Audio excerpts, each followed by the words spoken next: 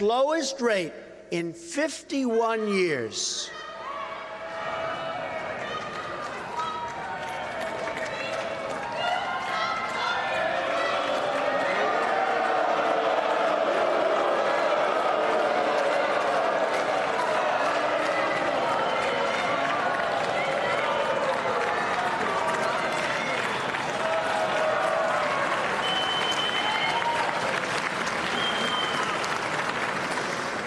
Thank you very much.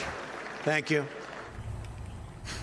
That was former Democratic member of the Michigan House of Representatives, Rashida Tlaib, being run out of a Trump speech after protesting. And now she is running for Congress. Tlaib is campaigning in Michigan's 13th district to fill the seat left vacant after Congressman John Conyers was forced to resign amid sexual harassment allegations. And she joins me now live from Detroit. Thank you so much, Rashida, for being with us. I really appreciate it. Thank you, Kasie, for having me. This is a seat that has been held by John Conyers, was the longest serving member of the House before he stepped down, and a couple of his family members are now competing as well for this district. Why do you think that there's a reason why it might fall to you? What exactly is your rationale for running here, and do you think that you can beat these two congressmen? Absolutely. You know, a lot of our families in the 13th congressional district, you know, they're sick and tired.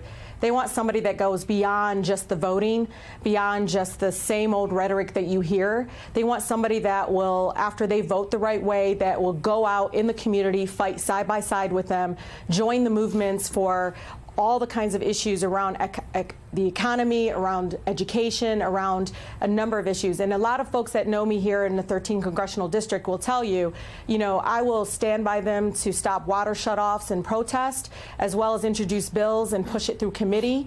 And people want that. They want to raise the bar of what they expect in a member of Congress. I think, Kasie, so many of us have just been getting the same old style over and over again, and I think people want a mom that has a lens, a different lens, that can really see things differently than what we have been able to get in Congress now. And, you know, I'm sick and tired. I think a lot of us are sick and tired. We're sick and tired of the fact that here in Michigan especially, we've gotten thrown billions of dollars of tax breaks to billionaires while we're closing over 30 schools right here in Detroit, where education system is falling apart. We have, you know, potholes and all these kinds of issues in infrastructure right here. And people are sick and tired of it. And I don't think they want yet another typical member of Congress. I think they want something different, and I provide that. Do you think electing another person with the last name Conyers would represent simply more of the same? Well, absolutely. I mean, just looking at, you know, the past things that have been brought up in regards to various issues, I know, for instance, for me, what I can provide. And my character, and a lot of folks will tell you this, is I help people through everyday kinds of issues. That is as critical to me as introducing legislation that helps change our lives for the better. And people want somebody that gets it and understands it, not somebody that would inherit yet another position based on name recognition. Here, I think, looking at the number of people I've spoken to, you know, close to over 50%, nearly 50% of the families in the 13th congressional district don't own their own home.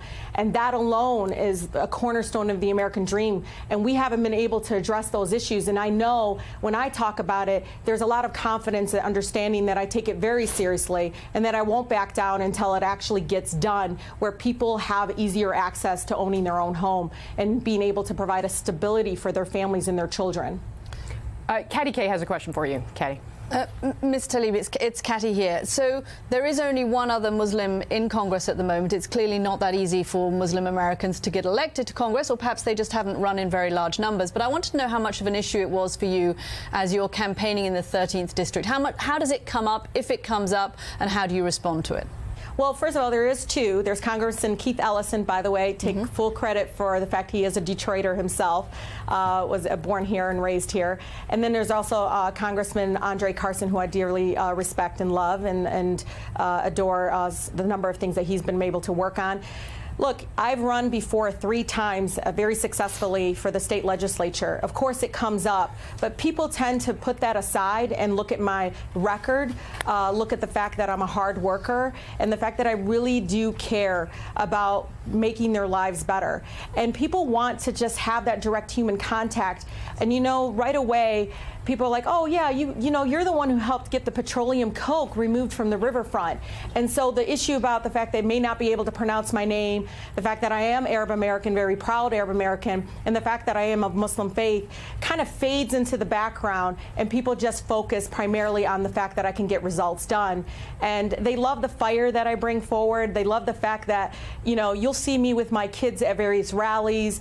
I try my best to come onto the ground up versus what we have been able to see now in Congress, which is, you know, sending out press releases, doing these kinds of statements is not what people want. They want something different. They want something that's a little bit more aggressive in getting things done. I am a person that leaves the campaigning at the steps of the Capitol, and when I walk in, I want to get things done. Rashida Tlaib, very quickly before I let you go, yes or no, will you support Nancy Pelosi as leader of the Democratic caucus in the House? I can't answer that right now. I can tell you this. No, yes or no? That's all. Yes or no? Probably not. Or no answer. I'll no tell you right fine. now, probably not. Probably not. Okay. No. Rashida Tlaib, thank you very much for being on tonight. I really appreciate it. Thank you.